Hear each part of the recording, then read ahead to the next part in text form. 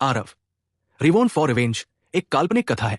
इस कहानी में प्रस्तुत सभी पात्र, घटनाएं और स्थान पूरी तरह से लेखक की कल्पना का परिणाम है, किसी भी वास्तविक घटना, व्यक्ति, जाति, संस्कृति या समाज से जुड़ी हुई नहीं है। इस कहानी का उद्देश्य केवल मनोरंजन और शिक्षा है।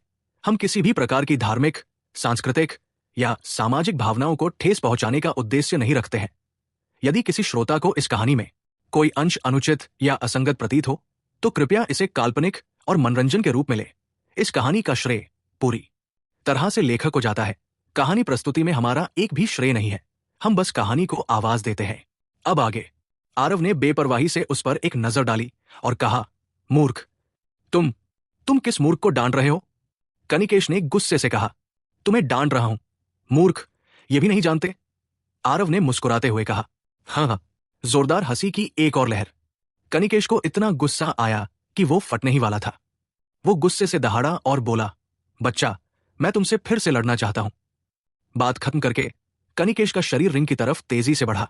धमाका, रोशनी की एक किरण चमकी। कनिकेश सीधे उछलकर दूर जा गिरा।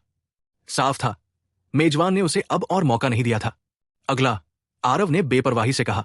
रिंग पर चढ़ा दूसरा युवा जीनियस आरव को हमदर्दी भरी नजरों से देखकर मजाक उड़ाते हुए बोला, मैं नहीं करूंगा ये।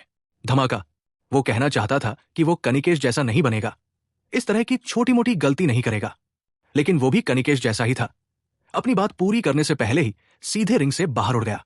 सबकी नजरें एक सी हो गई। आखिर में पता चला कि कुछ ठीक नहीं था। ये नरम खुरमा कुछ ज्यादा ही सख्त लग रहा था। आरव का अभी का हमला बहुत तेज था। असल में उन्हें साफ साफ समझ नहीं आया कि आरव ने अपनी चाल कैसे चली।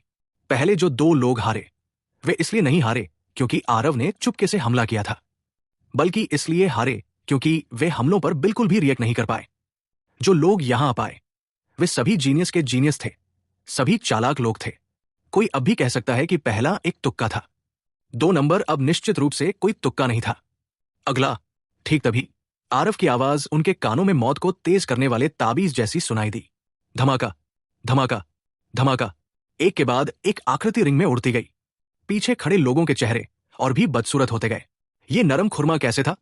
ये तो साफ तौर पर एक बुलडोजर था। इन टॉप जीनियस लोगों में आरव के सामने जवाब देने की बिल्कुल भी ताकत नहीं थी। आरव इस लेवल के जीनियस वात्रा को तब मार सका जब वो अभी अभी एक हाई रैंक शैतान जनरल बना था। अब वो पहले ही शैतान जनरल के पूर्णता तक पहुंच चुका था। चाहे वह राज हो या कानूनों की ताकत, वे बहुत ज्यादा ताकतवर थे। अगर उसका वात्रा से दोबारा सामना होता तो आरव निश्चित रूप से दूसरी पार्टी को लटकाकर पीट सकता था। भले ही ये कैपिटल सिटीज के जीनियस वात्रा से ज्यादा ताकतवर थे, वे उतने ज्यादा ताकतवर भी नहीं थे। वे आरव का मुकाबला कैसे कर सकते थे? इसके अलावा जो लोग आरव की तरफ भागे, उन्हें ज्यादातर अपनी ताकत पर भरोसा नहीं था। वे लोग जो मौके का फायदा उठाना चाहते थे। कौन जानता था कि उन्होंने लोहे की प्लेट पर लात मारी है? अरे तुम लोग देखो, क्या मेरी नजर कमजोर हो रही है? उस अल्केमी जीनियस की मार्शल पावर सच में बहुत मजबूत है। हे भगवान, एक ही मूव में अपोनेंट को कुचल देना। मैं तो उसे अपना मूव करते हुए भी साफ साफ नहीं देख पा रहा हूं। खुशकिस्मती से मैं अभी थोड़ा धीमा था, नहीं तो अब कोई उम्मीद ही नहीं थी। दूसरे एरिना के लोगों को अचानक पता चला कि उनकी टीम ने अभी तक 2 मैच भी नहीं लड़े थे और आरव की टीम के आधे लोग पहले ही हार चुके थे। ये स्पीड थोड़ी ज्यादा थी। बहुत जल्द आरव ने रिंग में मौजूद लोगों को हरा दिया, जबकि दूसरे एरिना वाले अभी शुरू ही हुए थे। चक, उम्मीद नहीं थी कि एरिना लॉर्ड की जगह इतनी आसान होगी। आरव ने हाथ थपथपाए और इमोशन होकर कहा, पुहवार्क। जब दूसरी रिंग्स पर मौजूद लोगों ने यह सुना तो उनके मुंह से पुराना खून लगभग निकल ही गया। उनकी टीम ने अपनी जान बचाने के लिए लड़ाई लड़ी, लेकिन आरव बहुत अच्छे थे, जिन्होंने असल में अपने विरोधियों को पहले ही हरा दिया। काला दूध 6 बच्चे के चेहरे पर भी साफ बदलाव दिखे। साफ था कि इस सोर्स नाइट की ताकत उनकी सोच से कहीं ज्यादा थी। बधाई हो, नंबर 3 रिंग के एरिना लॉर्ड का जन्म हुआ है। पर्पल एक्सट्रीम सेट का इनाम वॉइड जेड सैटन पीच मिला। वॉइड से एक चमकदार लाल सैटन पीच नीचे गिरा आरव के हाथ में। आरव ने स्पिरिचुअल एनर्जी से भरे सैटन पीच को देखा। उसकी भौहें थोड़ी सिकुड़ी हुई थी। सीनियर, क्या आपने ये चीज पहले देखी है? आरव ने धूलिन से पूछा। पहले कभी नहीं देखा। मुझे लगता है कि ये वॉइड जेड सैटन पीच शायद एक बहुत ही रेयर चीज है, धूलिन ने कहा। आरव मन ही मन हैरान हुए बिना नहीं रह सके। धूलिन के अनुभव और ज्ञान के साथ उन्होंने असल में इस वॉइड जेड सैटन पीच को पहले कभी नहीं देखा था। कोई हैरानी नहीं कि ब्लडियम हॉल ने उन्हें इस पुराने खंडहर में आने देने के लिए इतनी बड़ी कीमत खर्च की। ऐसा लग रहा था कि यहां अच्छी चीजें काफी थी। आरव की स्पिरिट मेडिसिन की समझ के साथ ये वॉइड जेड सैटर्न पीच कई शहरों के लायक एक अच्छी चीज थी। काले दूध सिक्स सन्स की ताकत वाकई बहुत जबरदस्त थी। उन्होंने बिना किसी मेहनत के आसानी से एरिना लॉर्ड का टाइटल भी ले लिया। समय धीरे धीरे बीतता गया। बाकी 5 प्लेटफॉर्म ने भी अपने अपने एरिना लॉर्ड को जन्म दिया। हर एरिना लॉर्ड को अपना इनाम मिला और इसी तरह आरव ने देखा कि इन इनाम की चीजों के बारे में, उनमें से ज्यादातर के बारे में उन्होंने पहले कभी नहीं सुना था। यहां तक कि धूलिन ने भी उन्हें पूरी तरह से नहीं पहचाना। लेकिन बेशक वे सभी अच्छी चीजें थी। इस पर समय के साथ वही पुरानी आवाज फिर से सुनाई दी। 12 एरिना लॉर्ड्स को बधाई। अब असली टेस्ट शुरू होता है। अभी से आप लोगों का असली टेस्ट होगा। आपके विरोधी पर्पल एक्सट्रीम सेट के सभी युगों के सबसे मजबूत 18 युवा पावर हाउस है। हर 6 विरोधियों को हराने पर आपको उसी हिसाब का इनाम मिलेगा। कड़ी मेहनत करो युवाओं। टीरिंग पर बैठे 12 लोग गंभीर लग रहे थे। हालांकि उन्हें नहीं पता था कि यह पर्पल एक्सट्रीम सेट कैसा है। ब्लडियम हॉल, इस तरह का टाइटन भी इसके बारे में कुछ नहीं कर सका और केवल ईमानदारी और गंभीरता से ही रुकावटों को पार कर सका। इससे पता चला कि इस सेट की ताकत निश्चित रूप से बहुत मजबूत थी। युवा पीढ़ी के 18 सबसे मजबूत लोगों की ताकत को शायद कम नहीं आंका जा सकता। अचानक हॉल के आसमान से रोशनी की 12 किरणें चमकी। आरव को अपनी आंखों के सामने बस एक धुंधलापन महसूस हुआ और वो फिर से अंतरिक्ष के एक क्षेत्र में पहुंच गया। रोशनी की एक किरण चमकी। एक युवक आरव के सामने आया। आरव ने हैरानी से देखा। ये उसका विरोधी था। दूसरे व्यक्ति को देखने पर वहां मांस और खून था। क्या वो अभी भी एक जीवित व्यक्ति हो सकता है? इतना हैरान होने की जरूरत नहीं है। हम तो बहुत पहले ही धूल में बदल चुके हैं। अभी हम सिर्फ एक प्रोजेक्शन है। दूसरे व्यक्ति ने आरव के विचारों को समझ लिया और मुस्कुराते हुए कहा। आरव की भौहें तंग गई और उसने हैरानी से कहा, यह प्रोजेक्शन भी बहुत ज्यादा जिंदा है ना? इसके अलावा तुम में अभी भी चेतना है। एक पुराने जमाने का प्रोजेक्शन असल में उससे बातचीत कर सकता था। दूसरे व्यक्ति ने मुस्कुराते हुए कहा, इस विरासत की जमीन में हमारी दिव्य भावना का एक अंश जुड़ा हुआ है, इसलिए हम स्वाभाविक रूप से बातचीत कर पाते हैं। तुम्हारी साधना की रफ्तार बहुत तेज है, लगभग 100 साल की हड्डी की उम्र। इसके अलावा तुमने एक छोटी सी दुनिया के इंसान से साधना शुरू की। असल में इतनी ऊंचाइयों तक पहुंच पाना सच में कमाल की बात है। आरव अपने दिल में बहुत घबरा गया। उसकी सटीक जानकारी असल में दूसरे व्यक्ति ने अंदर बाहर से देखी थी। जब दूसरे पक्ष ने आरव के हावभाव देखे तो उसने कहा, तुम्हें चौंकने की जरूरत नहीं है। जब तुम्हें यहां लाया गया था तो विरासत की जमीन ने तुम्हारी अच्छी तरह से जांच कर ली थी। यह कोई अजीब बात नहीं है कि मैं ये सब जानता हूं। आरव को एहसास हुआ और उसने कहा, तो ऐसा है। दूसरे पक्ष ने कहा, मुझे भूरिधा कहते हैं। तुम अपने बारे में बताओ। आरव ने अपनी मुट्ठियां भींची और कहा, मैं आरव हूं। भूरिधा ने सिर हिलाया और कहा, तुमसे लड़कर मैं कुछ हद तक बेईमानी से जीत रहा हूं, लेकिन मेरा खुद पर भी कोई कंट्रोल नहीं है, तो शुरू करो। आरव ने सिर हिलाया और कहा, प्लीज। भूरिधा की भौहें थोड़ी सिकुड़ गई और उसने कहा, तुम कोई चाल नहीं चल रहे हो? उसने देखा कि आरव अभी भी हाथ पीछे करके खड़ा था और उसका कोई भी मूव करने का इरादा नहीं था। यह भी लोगों को बहुत ज्यादा नीचा दिखाना था। आरव मुस्कुराया और बोला, सीनियर को पहले सुन लेना चाहिए था। बिना आकार की धड़कनों में भी मूव होते हैं। भूरिधा की आंखें चमक उठीं और वो जोर से हंसा और बोला, अच्छा अच्छा, सच में जवान लोगों से डरना चाहिए। फिर मैं तुम्हारी बिना आकार की धड़कनों में मूव का टेस्ट लूंगा। ये मेरी खुद की बनाई तलवार की मूव है। Literature 36 words. तुम सावधान रहना। तलवार खींचना और चारों ओर खालीपन के अलावा कुछ नहीं देखना। भूरिधा की तलवार बहादुरी की भावना से भरी थी, बेकाबू और बेलगाम। कानूनों की ताकत पहले ही अंतिम चरण स्वॉर्ड यानी कि तलवार दांव थर्लेट तक पहुंच चुकी थी। ताकत बहुत डरावनी थी। भले ही उसके पास सिर्फ आधा कदम मूल देवता क्षेत्र की ताकत थी, फिर भी वो आरव के सबसे ताकतवर दुश्मनों में से एक था। इसी तरह आधे कदम मूल देवता के दायरे में होने के कारण इस भूरिधा की ताकत वात्रा से 10 गुना ज्यादा थी। ठीक तभी आरव ने एक चाल चली, चकनाचूर। आरव की तलवार में नियमों की एक अनोखी अजीब ताकत थी, जिसने सीधे भूरिधा की तलवार को रोक दिया। भूरिधा की नजरें गहरी हो गई, जिससे वो बहुत हैरान हुआ। आरव की यह तलवार की चाल सीधी और आम लग रही थी, लेकिन इस चाल ने सीधे उस जगह पर हमला किया जहां वो सबसे कमजोर था। अच्छी तलवार, चमकती हुई टाइगर और ड्रैगन डिवाइन तलवार। सस। भूरिधा चिल्लाया। उसकी चाल बदल गई। नियमों की ताकत अचानक बहुत ज्यादा बदल गई। उसने तेजी से चालें बदली। आरव भी धीमा नहीं था। आरव की तलवार की नोक उल्टी हुई दिखी, जैसे कोई परछाई पीछे आ रही हो। आरव को नहीं पता था कि इस समय उनके 12 लोगों की लड़ाई की हालत रिंग्स पर दिखाई दे रही थी। उन हारे हुए जीनियस मार्शल आर्टिस्ट्स ने उनकी हर चाल और एक्शन पर नजर रखी। जैसे ही लड़ाई शुरू हुई, उन जीनियस लोगों ने कई आवाजें निकाली। कालीधान बहुत ताकतवर है, सच में काला दूत 6 पुत्र का हेड बनने के लायक है। उसने अपने अपोनेंट को खत्म करने के लिए सिर्फ 10 चालें चली। काला दूत 6 पुत्रों तो काला दूत 6 पुत्रों हैं, बहुत ज्यादा ताकतवर। सबसे धीमे ने भी सिर्फ 20 चालें चली। अरे, भले ही वो सोर्स नाइट एक अखाड़े का लॉर्ड बन गया हो, उसकी ताकत सच में सबसे कमजोर है। 100 चालें बीत चुकी थी, उसने अभी तक अपने अपोनेंट को खत्म नहीं किया है। मैं हार गई। जूनियर, तुम बहुत ताकतवर हो, भूरिधा ने ईमानदारी से कहा।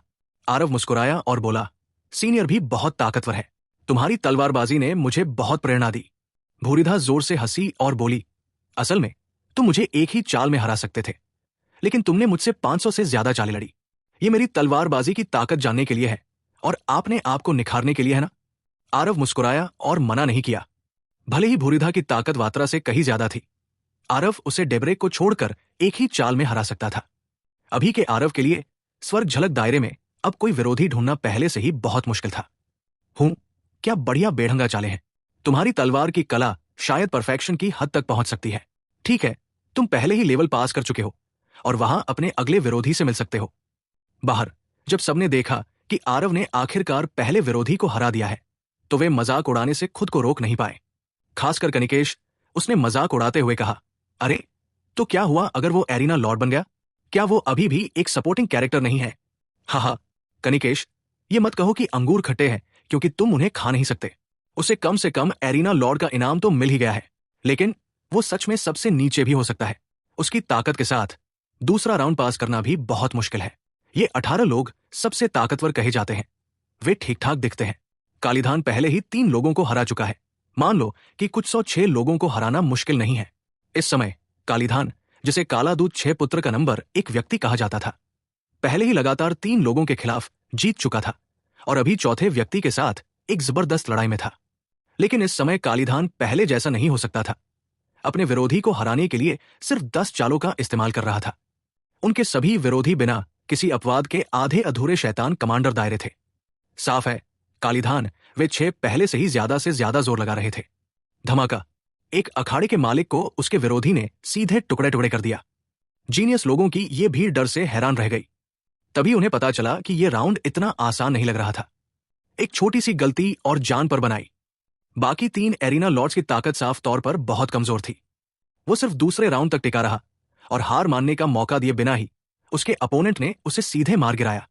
ये सीन देखकर कनिकेश और भी घमंडी लग रहा था और उसने कहा, आप सब अंदाजा लगाइए, क्या सोर्स नाइट नाम का वो बदमाश सीधे मारा जाएगा?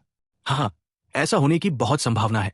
पहले राउंड में ही उसके लिए यह बहुत मुश्किल था, दूसरे राउंड में मारा जाना भी बहुत नॉर्मल बात होगी। किसी ने तुरंत हाँ में हाँ मिलाई। बाकी लोगों ने चुपके से सिर हिला दिया। साफ तौर पर उन्हें इस बात पर कोई एतराज नहीं था, लेकिन आरव ने उन्हें निराश किया। भले ही आरव ने दूसरा राउंड बहुत मुश्किल से क्लियर किया, 300 चालों के बाद आरव ने लेवल पास कर लिया। भाड़ में जाए, कोई गलती हुई क्या? ऐसे भी पास हो सकता है, ये आदमी भी बहुत लकी है। कनिकेश गुस्से में पैर पटकने लगा। हालांकि बाकी लोग कनिकेश जैसे नहीं होंगे, लेकिन वे सभी आरव के राउंड क्लियर करने से बहुत हैरान थे। जल्दी देखो, बाथिरा हार गया। हे भगवान, ये राउंड गार्डियन कितने मजबूत हैं, जो असल में लड़ाई के लिए दायरे को जम कर सकते हैं। अचानक किसी ने कहा, स्वॉश। बाथिरा सीधे वापस आ गया।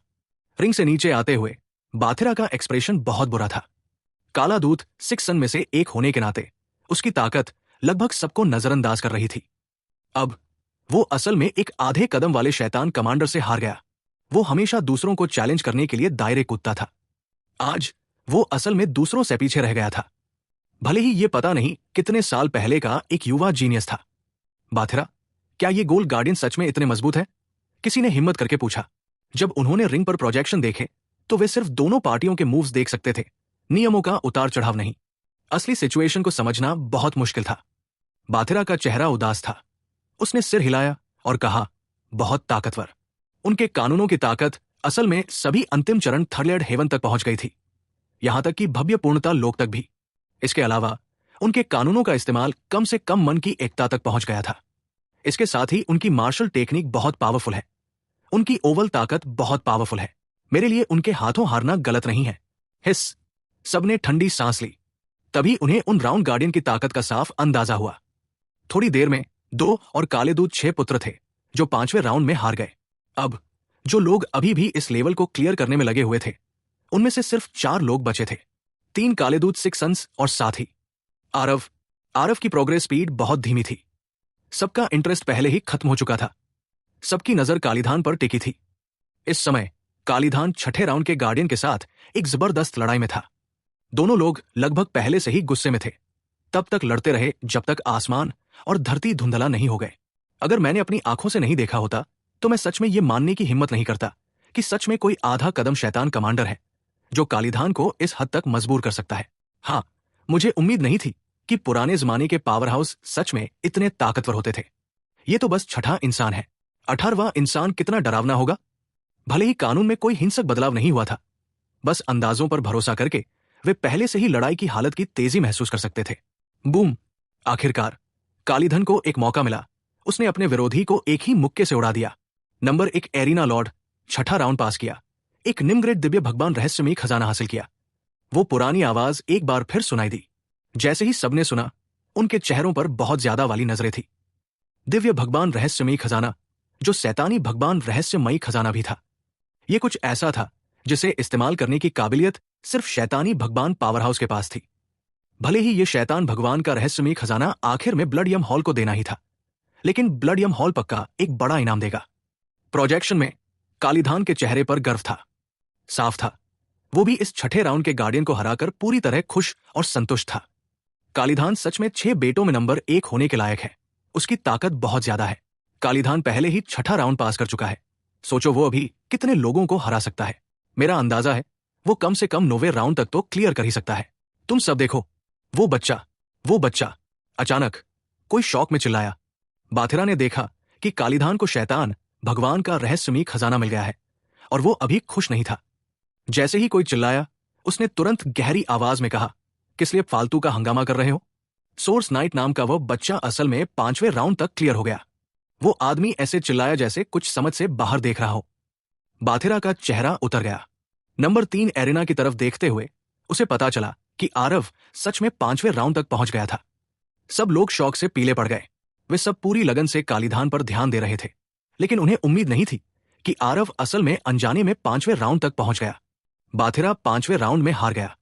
आरव का 5वें राउंड तक पहुंचना, क्या इसका मतलब यह नहीं था कि वो पहले से ही अपनी ताकत के बहुत करीब था? मजाक कर रहे हो? एक नया खिलाड़ी जो आधा कदम भी नहीं पहुंच पाया, शैतान कमांडर असल में उसके बराबर ताकत का था। क्या कोई गलती हुई? इस बच्चे के दायरे में वो 5वें राउंड तक कैसे पहुंच सकता है? हाँ, बाथिरा इतना ताकतवर था और सिर्फ 5वें राउंड तक ही पहुंच पाया। मुझे नहीं लगता कि उसकी ताकत बात तू से भी ज्यादा है। कुछ गड़बड़ है। जरूर कोई अंदर की कहानी होगी। इस सोर्स नाइट का विरोधी पक्का बाथिरा जितना मजबूत नहीं है। लोगों का ग्रुप तुरंत भड़क गया। वे इस चेहरे को मान नहीं पा रहे थे। बाथिरा की ताकत भी सिर्फ 5वें राउंड तक ही पहुंची थी। आरव की थोड़ी सी ताकत को 5वें राउंड तक पहुंचने का क्या हक था? वो साफ तौर पर पहले राउंड में बहुत तनाव में था। इन लोगों की बातें सुनकर बाथिरा को दिल में थोड़ी राहत मिली और उसने ठंडे दिमाग से कहा, रिलैक्स, वो पक्का 5वां राउंड पास नहीं कर सकता। 5वें गार्डियन की ताकत के बारे में बाथिरा से ज्यादा कोई साफ नहीं था।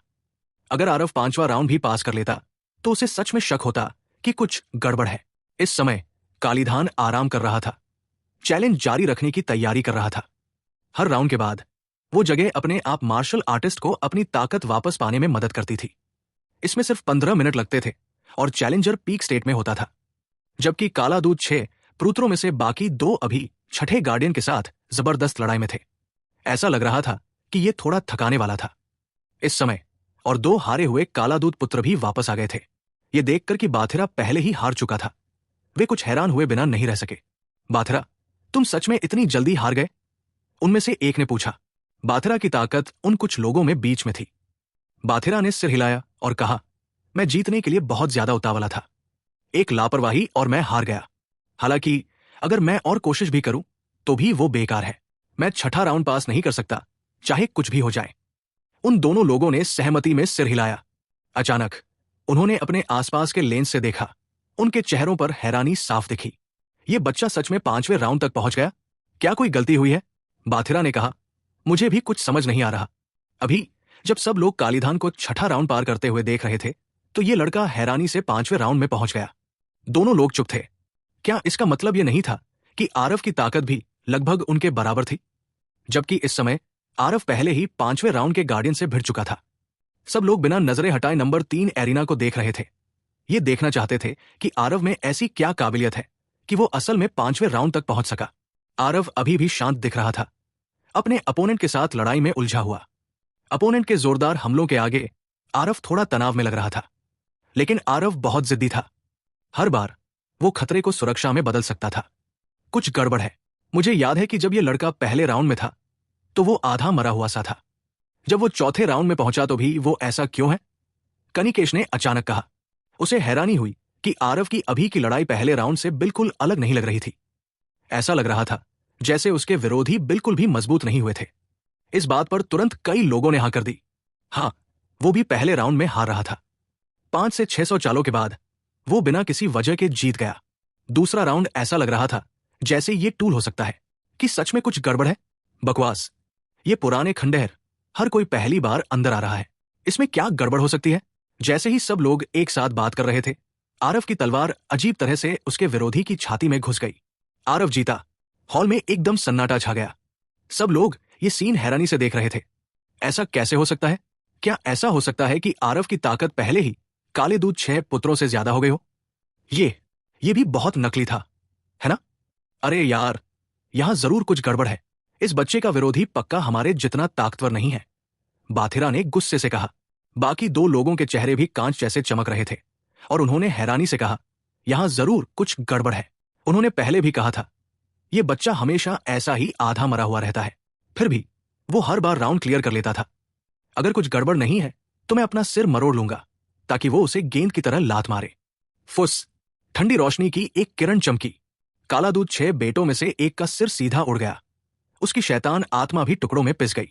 पर्पल एक्सट्रीम सेट सभी चैलेंजर्स के साथ बिना किसी भेदभाव के एक जैसा बर्ताव करता है। जो सवाल करता है वो मर जाता है। बूढ़ी आवाज एक बार फिर सुनाई दी। बस इस बार बहुत ज्यादा ठंड थी। सब लोग सर्दियों में सिकाड़ा की तरह चुप थे। किसी की हिम्मत नहीं हुई कि यह सवाल करे कि अब कुछ गड़बड़ है भी या नहीं। लेकिन आरव के 5 राउंड पूरे करने के बाद यह नतीजा उन्हें अब भी यकीन नहीं हो रहा था। वे इसे देख नहीं पा रहे थे। लगातार 5 राउंड पूरे करने के बाद आरव की तलवारबाजी और भी अजीब हो गई। सिर्फ उसके विरोधी ही उसकी ताकत को साफ साफ महसूस कर सकते थे। आरव को पता चला कि पुराने जमाने के ये युवा जीनियस सच में बहुत ज्यादा ताकतवर थे। उनके नियमों का इस्तेमाल आरव की सोच से भी आगे था।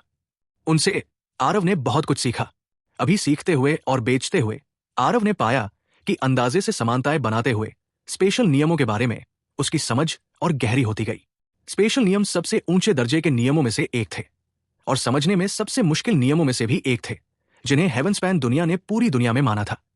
हेवनस्पैन वर्ल्ड के स्पेशल नियम एक छोटी दुनिया के नियमों से बिल्कुल अलग लेवल पर थे।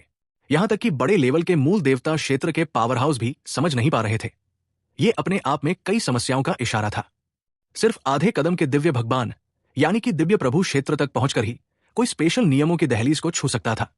वहां से कुछ समय के लिए उड़ने का लक्ष्य हासिल कर सकता था। आरव की तारे विभाजन, डेब्रेक, ये 2 चालें स्पेशल नियमों को शामिल करने के बाद इसने उसकी तलवार की चालों को अजीब बना दिया। उसकी ताकत को सोच से भी परे बना दिया। ये सिर्फ जगह के नियमों को समझना नहीं था, बल्कि जो जगह के नियम आरव ने स्वॉर्ड डाउन के जरिए समझे थे, वे आरव की तलवार की चाल के साथ पूरी तरह से जुड़ सकते थे। कोई कभी नहीं जान सकता था कि आरव की तलवार कहाँ या कब दिखाई देगी।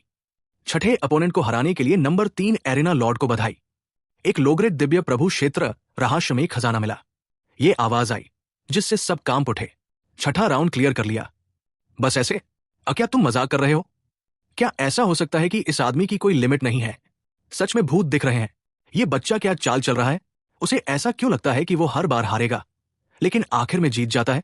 बाथिरा उदास था और बोला, अगर उसके अपोनेंट को कोई प्रॉब्लम नहीं है तो इसका सिर्फ एक ही एक्सप्लेनेशन है। जैसे ही ये शब्द निकले, सबने कान खड़े कर लिए और ध्यान से सुनने लगे। बाथिरा थोड़ा रुका और बोला, वो अपनी ताकत पूरी तरह छिपा रहा है। अपनी ताकत छिपा रहा है? वो साफ तौर पर एक शानदार शैतान जनरल है? क्या क्षेत्र कुछ दिखा सकता है? जब मैं शैतान कमांडर के आधे कदम पर था तो मैं तुम्हें पूरी तरह लटकाकर पीट सकता था। बाथिरा ने ठंडे अंदाज में कहा। उस आदमी ने कुछ नहीं कहा। वो इन शब्दों को गलत साबित नहीं कर पाया। अरे, इस तरह यह भी समझ में आता है। उसने पहले रिंग में जो ताकत दिखाई थी वो पहले से ही बहुत मजबूत थी। एक ही मूव से दूसरों को लगभग कुचल देता था। उसकी गहराई बिल्कुल नहीं देखा जा सकता था। एक और काला दूध 6 बेटा ने कहा। बाथिरा ने सिर हिलाया और कहा, वो जानबूझकर हमें दिखाने के लिए एक्टिंग नहीं कर रहा होगा। मुझे लगता है कि उसने जानबूझकर रफ्तार धीमी कर दी। वो शायद उन पुराने जीनियस लोगों की मार्शल टेक्निक को समझ रहा है। ये भी बहुत अजीब है ना? इतना मजबूत अपोनेंट, उसका अभी भी अपने अपोनेंट की मार्शल टेक्निक सीखने का मूड है। सबने ठंडी सांस ली। उनके चेहरों पर डर दिख रहा था। ऐसी हिम्मत करने के लिए किसी की हिम्मत कितनी अजीब है। बहुत मुमकिन है अगर मैं बाहर आकर यह प्रोजेक्शन नहीं देखता तो मुझे पता भी नहीं चलता कि अंदर की सिचुएशन सच में देखी जा सकती है। ऐसा कोई तरीका नहीं है कि वो जानबूझकर अपनी ताकत छिपा रहा हो। 6 बेटों में से एक ने इस बात से सहमत होते हुए कहा। ठीक इसी समय कालीधान ने 7वें राउंड के गार्डियन को हरा दिया और राउंड सक्सेसफुली क्लियर कर लिया। हाँ, ये चैलेंज सच में इंटरेस्टिंग है। इतने सारे पावरफुल अपोनेंट, फिर भी मैं पहली बार ऐसी सिचुएशन का सामना कर रहा हूं। बहुत अच्छा लग रहा है। 7 लोगों को हराने से मेरी ताकत एक कदम और बढ़ गई। अगला अपोनेंट शायद मेरे उबलता खून को और भी ज्यादा एक्साइटमेंट से उबाल देगा। वे लोग शायद पहले ही हार चुके हैं, है ना? कालीधान ने जोर से कहा। हंसो। 7वें राउंड का अपोनेंट साफ तौर पर पिछले 6 राउंड के मुकाबले ज्यादा मजबूत था, लेकिन आरव ने भी उसी तरह ताकत में काफी तरक्की की और उसे ज्यादा मुश्किल महसूस नहीं हुई। फफ्ट, कई सौ चालों के बाद आरव की तलवार अपोनेंट के शरीर के आर पार निकल गई। 7वां राउंड क्लियर। आरव की तलवार चलाने की कला और भी अजीब होती गई। उसका पूरा वजूद लोगों को एक भ्रम और कुछ समय गति का एहसास कराता था। कभी कभी आरव की तलवार साफ तौर पर बहुत दूर होती थी, लेकिन अचानक उसके दुश्मन के सामने आ जाती थी। उससे बचना नामुमकिन था, और यह सब उसकी स्पेशल नियम की समझ की वजह से था। 2 बड़े नियम का एक साथ मिलना कोई आसान बात नहीं थी। 1 और 1 2 होते हैं। अरे, मुझे उम्मीद नहीं थी कि तुम सिर्फ स्वर्ग झलक क्षेत्र में ही स्पेशल नियम को समझ गए होगे। सच में एक अनएक्सपेक्टेड सरप्राइज। धूलिन ने हंसते हुए कहा। मोटे तौर पर अभी मेरी स्पेशल लॉज की समझ का लेवल क्या है? आरव ने उत्सुकता से पूछा। उसे लग रहा था कि स्पेशल लॉज बहुत बड़े और गहरे थे, स्वॉर्ड डाउन से कहीं ज्यादा मुश्किल। इन कुछ दिनों में उसने मृत्यु साधना क्षेत्र के अंदर कल्टीवेशन किया। इस बार बंद अकेलेपन के साथ उसका सुधार पहले से ही बहुत बड़ा था, लेकिन उसे अभी भी नियम की रुकावट महसूस नहीं हुई थी। लेकिन अब जितना ज्यादा ऐसा होता गया, आरव को स्पेशल नियम की मुश्किल उतनी ही ज्यादा महसूस होती गई। तुम अभी भी जल्दी में हो। तुम्हारा अभी का लेवल तो स्पेशल लॉज के प्रथम स्तर की भी भव्य पूर्णता नहीं है, धूलिन ने कहा। इतना कमजोर होना? आरव ने बिना कुछ कहे कहा। कमजोर? हे, अभी स्पेशल नियमों में तुम्हारी समझ ज्यादातर आधे कदम दिव्य प्रभु से भी ज्यादा मजबूत है।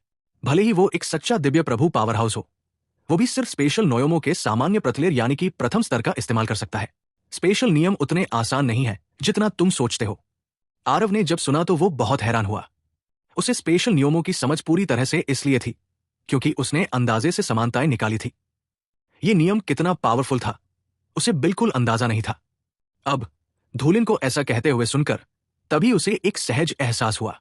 पहले आरव ने बस थोड़ा बहुत छुआ था, लेकिन अब आरव के मुश्किल दौर से गुजरने के बाद स्पेशल नियम में सुधार तेजी से आगे बढ़ने का ट्रेंड दिख रहा है। स्पेशल नियम सच में बहुत मुश्किल होते हैं, आरव ने आप भरते हुए कहा। अरे, मुश्किल से भी ज्यादा। टाइम नियम और स्पेशल नियम 2 सबसे बुनियादी नियम है पूरी हेवनस्पैन दुनिया में। समझने की बात तो छोड़ ही दो, बेसिक बातें सीखना भी बहुत मुश्किल है।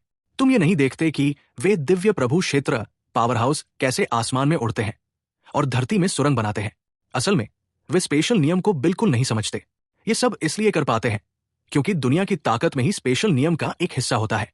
इस अंदरूनी फायदे के बावजूद ज्यादातर दिव्य प्रभु क्षेत्र पावर हाउस अपनी पूरी जिंदगी में भी स्पेशल नियम की बेसिक बातें नहीं सीख पाते, जबकि तुमने ये दरवाजा पहले ही खोल दिया है, धूलिन ने कहा। ऐसे मैं बहुत कमाल का हूं, है ना? आरव ने हैरानी से कहा। उसे सच में नहीं पता था कि जो स्पेशल नियम उसने समझे थे वे असल में इतने मुश्किल थे। लेकिन धूलिन ने गंभीरता से कहा, बहुत शानदार, लेकिन मैं भी स्पेशल नियमों में तुम्हारी मदद नहीं कर सकता। तुम कितना समझ पाओगे ये तुम्हारी किस्मत पर निर्भर करेगा। आरव ने सिर हिलाया। अचानक कुछ याद करके उसने कहा, ओह ठीक है, विश्व दमनकारी स्तंभ के अंदर ये सच में टाइम फ्लो को बदल सकता है। क्या ये हो सकता है?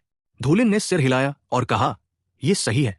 उस समय अमर ग्रोव ने संयोग से टाइम नियमों का थोड़ा सा हिस्सा समझ लिया था। लेकिन उसे बस थोड़ी ऊपरी जानकारी ही समझ आई थी। बिल्कुल, आरव के हेवनस्पैन दुनिया में आने का समय भी अब कम नहीं था। उसने टाइम के फ्लो को बदलने इस तरह की चीज के बारे में कभी नहीं सुना था।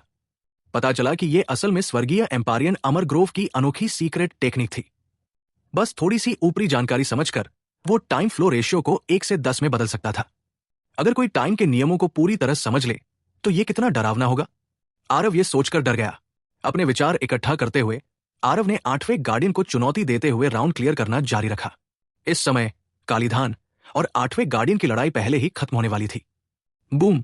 एक बार फिर कालीधान ने अपने अपोनेंट को एक मुक्के से उड़ा दिया। बहुत बढ़िया। कालीधान के पूरे शरीर पर जख्म और निशान थे। उसके शरीर पर लगभग कोई भी जगह सही सलामत नहीं थी, लेकिन फिर भी उसने अपने अपोनेंट को मार डाला और राउंड क्लियर करने में कामयाब रहा। जब वो अपनी ताकत वापस पा रहा था तो कालीधान ने खुद से कहा, यह शर्म की बात है, मैं पक्का 9वां राउंड पास नहीं कर सकता, लेकिन मेरी बैटल अचीवमेंट 12 एरिना फोर्ट्स में नंबर 1 होनी चाहिए, है ना? उन कुछ लोगों की ताकत ज्यादा से ज्यादा 6ठे राउंड तक ही पहुंच सकती है। हे, नंबर 1 हो या ना हो, कोई फर्क नहीं पड़ता। इस बार के चैलेंज से मेरी ताकत में जबरदस्त सुधार हुआ। कालीधान बाहरी दुनिया के जीनियस के शौक से बिल्कुल अनजान था। असल में 7वां राउंड भी आसानी से क्लियर कर लिया। मुझे याद है कि कालीधान ने 7वें गार्डियन के साथ लगभग 2000 से ज्यादा राउंड लड़े थे, है ना? इस सोर्स नाइट ने इसे 3 या 400 चालों में निपटा दिया। ये तो बस सोचा भी नहीं जा सकता। सोर्स नाइट ने सच में पीछे से पकड़ लिया। सोच रहा हूं कि जब कालीधान बाहर आएगा और सोर्स नाइट को देखेगा तो उसके चेहरे पर क्या भाव होंगे। उस समय आरव की क्लियरिंग स्पीड बहुत धीमी थी। इसे कछुए की स्पीड से बताया जा सकता था, लेकिन अनजाने में आरव असल में कालीधान की स्पीड तक पहुंच गया। उन्होंने कालीधान की हालत से देखा। उसकी लिमिट भी सिर्फ 9वें राउंड तक ही थी, लेकिन वे बिल्कुल नहीं देख पाए कि आरव की लिमिट कहाँ है। 7वें राउंड में आरव ने जो समय इस्तेमाल किया वो लगभग पहले राउंड जैसा ही लगा। समय कालीधान के समय का सिर्फ 1/4 था। इस तरह की अजीब सिचुएशन ने इंजीनियस लोगों को थोड़ा डर भी महसूस कराया। आखिरकार कालीधान 9वें राउंड में हार गया। इसके बाद उसे एक अनजान जगह पर ले जाया गया। एक शैतान भगवान यानी कि प्रभु का रहस्यमयी खजाना चुना और वापस ले आया गया। लेकिन बाहर आने के बाद उसे पता चला कि हर कोई उसे अजीब नजरों से देख रहा था। कालीधान को तो लगा कि सब उसके बैटल रिकॉर्ड से हैरान है और उसने जोर से हंसते हुए कहा, सब मुझे देखने के लिए इस तरह के एक्सप्रेशन का इस्तेमाल क्यों कर रहे हैं? हाँ, इस बार चैलेंज क्लियर करना सच में मेरे दिल को खुश कर देने वाला है। एक ही बार में 9वें राउंड तक पहुंचना। भले ही रहस्यमयी खजाना ब्लड यम हॉल को दे दिया जाए, ये ट्रिप भी फायदेमंद थी। आखिर में उसका मिजाज अभी भी एक जवान इंसान जैसा था। कालीधान के दिल की खुशी जाहिर होनी ही थी। उसे डर लग रहा था कि दूसरों को पता न चले कि वो 9वें लेवल तक पहुंच गया है और बिना कोई निशान छोड़े थोड़ा दिखावा कर रहा था। लेकिन उसे पता चला कि हर किसी का उसे खुश करने का इरादा नहीं था। 6 बेटों में बाथिरा और कालीधान का रिश्ता काफी अच्छा था। हालात देखकर बाथिरा ने अजीब नजरों से कहा, कालीधान, दिखावा बंद करो। इस बार तुम्हारा मुकाबला मिल गया है, आओ और देखो। कालीधान हैरानी से हैरान रह गया। उसने उस तरफ देखा जिस तरफ बाथिरा ने इशारा किया था और अचानक उसका पूरा शरीर कांप गया। उसकी नजरों में हैरानी का भाव था। कालीधान की नजरों को देखकर किसी को हैरानी नहीं हुई। जब काला दूध के 6 बेटे बाहर आए तो लगभग सभी के चेहरे पर यही भाव थे। छी! ठीक इसी समय आरव की लंबी तलवार एक बार फिर दूसरे पक्ष के सीने में घुस गई। 8वां राउंड क्लियर। कालीधन को जैसे किसी चीज से करंट लगा हो। उसका पूरा शरीर कांप रहा था। उसने यकीन न करते हुए कहा, यह कैसे हो सकता है? वो एक सामान्य शैतान जनरल असल में 9वें राउंड तक पहुंच सकता है? नहीं, रुको, कुछ गड़बड़ है। चुप रहो, बाथिरा ने अचानक ठंडी आवाज में चिल्लाया, कालीधन की बात काटते हुए।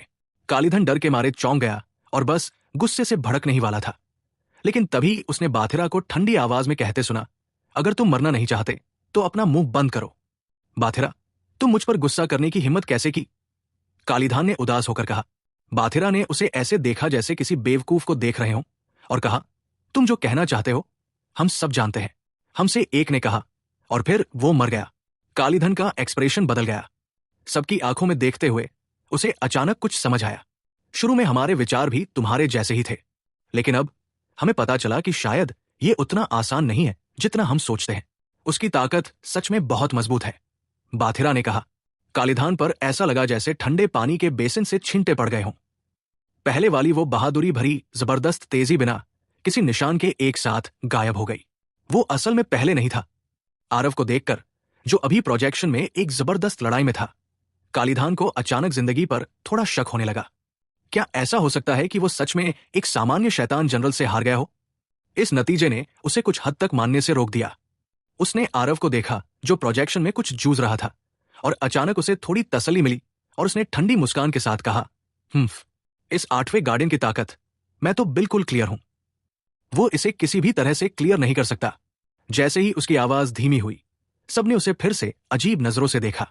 कालीधान हैरान रह गया और बोला, क्यों, मैंने फिर गलत कहा? तुम सब उसकी शक्ल देखो। क्या ऐसा लगता है कि वो जीत सकता है? कुछ लोग हंसना चाहते थे, लेकिन हंसने की हिम्मत नहीं हुई। आखिरकार कालीधान की ताकत वही रखी थी। उसे सच में परेशान करने का कोई अच्छा नतीजा नहीं होता। बाथिरा सच में आरव के कालीधान के लिए राउंड क्लियर करने की सिचुएशन बता रहा था, और उसे देख नहीं पा रहा था। कालीधान ने जब सुना तो वो आंखें फाड़े और उसकी जुबान अटक गई। इस बार उसे भी चैलेंज में बहुत फायदा हुआ था, लेकिन आरव की तरह खेलते हुए उसकी सच में हिम्मत नहीं हुई। खासकर 7वें राउंड के बाद हर एक अपोनेंट बहुत मजबूत था, लगभग उस पर इतना प्रेशर डाल रहा था कि वो सांस नहीं ले पा रहा था। जब तक वो थोड़ा रिलैक्स होता, ये जीतने या हारने का मामला नहीं था, बल्कि जिंदगी और मौत का मामला था।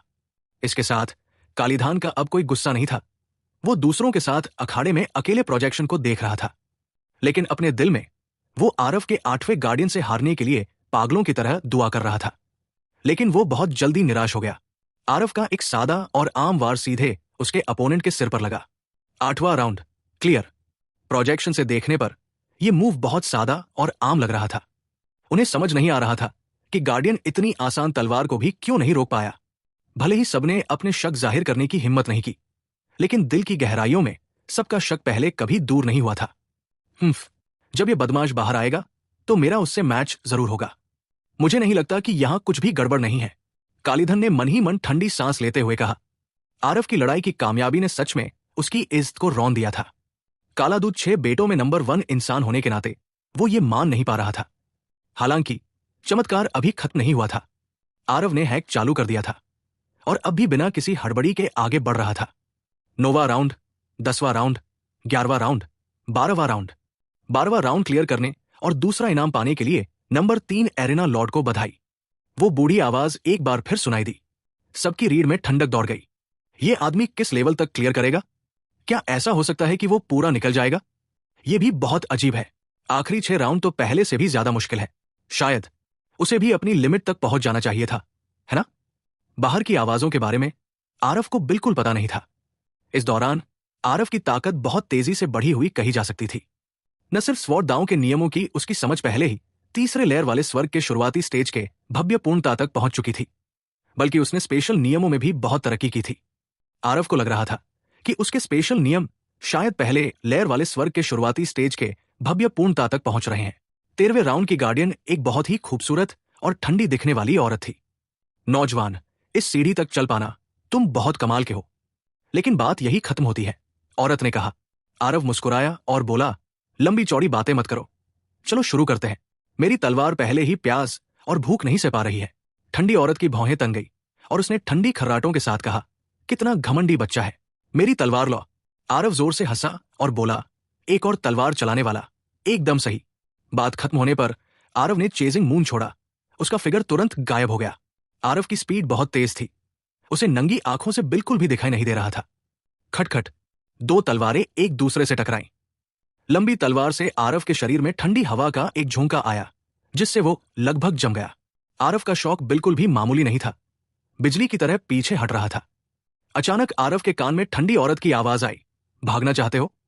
बहुत देर हो गई है। आरव का दिल जोर से धड़का। इस औरत की चाल कितनी तेज थी। बात करते करते लंबी तलवार पहले ही आरव की गर्दन तक पहुंच गई। फैंटम किल।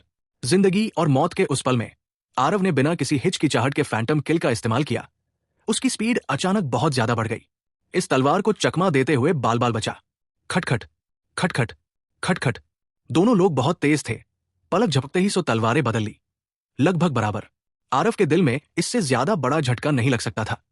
अपनी अभी की ताकत से फैंटम किल का इस्तेमाल करते हुए उस ताकत का जिक्र अब पहले की तरह एक ही सांस में नहीं किया जा सकता था। जगह और समय के नियमों में बढ़ोतरी के साथ आरव के इस कदम का असल में कोई हल नहीं था। हालांकि ये औरत असल में उसकी स्पीड के साथ चल पा रही थी। खटखट। दोनों लोग अलग हो गए। आरव की आंखों में घबराहट दिखी। ठंडी औरत ने भी हैरानी से देखा। साफ है, उसे उम्मीद नहीं थी कि आरव की ताकत असल में इतनी ज्यादा थी। मजबूत। कोई हैरानी नहीं कि तुम यहां तक पहुंच पाई। सच में तुम्हें कुछ काबिलियत है, ठंडी दिखने वाली औरत ने कहा। आरव ने गहरी सांस ली और मुस्कुराते हुए कहा, तुम भी बहुत मजबूत हो कि तुमने बर्फ के नियमों को तलवार दांव में शामिल कर लिया। पहली बार आरव एक ऐसे पावर हाउस से मिली जिसने दो तरह के कानूनों की ताकत को एक साथ मिला दिया। इस औरत के तलवार दांव के नियम ऊंचे नहीं थे, बस अंतिम चरण थर्ड लेयर्ड हेवन के लेवल के थे। लेकिन डरावनी बात यह थी कि उसके बर्फ के नियम पहले से ही थर्ड लेयर्ड हेवन तक पहुंच चुके थे। इसके अलावा वो आरव जैसी ही थी। दो तरह के नियमों को एक साथ मिलाते हुए ताकत दोगुनी हो गई। कोई चाल चलने से पहले ठंडी औरत ने अपने आसपास बर्फ के नियमों के दायरे को पूरी तरह ढक लिया। जब तक आरव इस दायरे में आता, उसकी स्पीड अनजाने में धीमी हो जाती। इसलिए यही वजह थी कि ये औरत स्पीड के मामले में उससे मुकाबला कर सकती थी। आरव के जगह के नियम सच में अजीब थे, लेकिन आखिर ये तो शुरुआती स्टेज के पहले लेयर वाले का ही लेवल था। ठंडी औरत से मुकाबला कर पाना ही उसकी ताकत दिखाता था। पहले वाली चाल इतनी तेज, इस बदमाश ने सच में अपनी ताकत छिपा ली थी। हे भगवान, अपनी पूरी ताकत लगाने से पहले ही 13वें राउंड तक पहुंच गया। यह आदमी सच में बहुत ज्यादा ताकतवर है।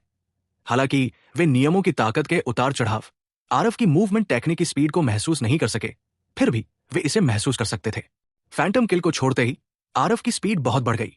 उन जीनियस लोगों ने इसे अपने आप अपनी नजर में ले लिया। लगता है इस बार वो आखिरकार अपने मुकाबले में आ ही गया। कालीधान, वो पहले वाली मूवमेंट टेक्निक, क्या तुम साथ निभा पाओगे?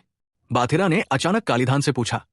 कालीधान ने सोचा और सिर हिलाते हुए कहा, पता नहीं, यहां कानूनों की ताकत महसूस नहीं हो रही। हम सिर्फ ऊपर से देख सकते हैं, लेकिन शायद मैं साथ नहीं दे पाऊंगा। जब ये शब्द निकले तो ऑडियंस में हंगामा मच गया। वे कालीधान को बहुत ज्यादा हैरानी से देखने लगे।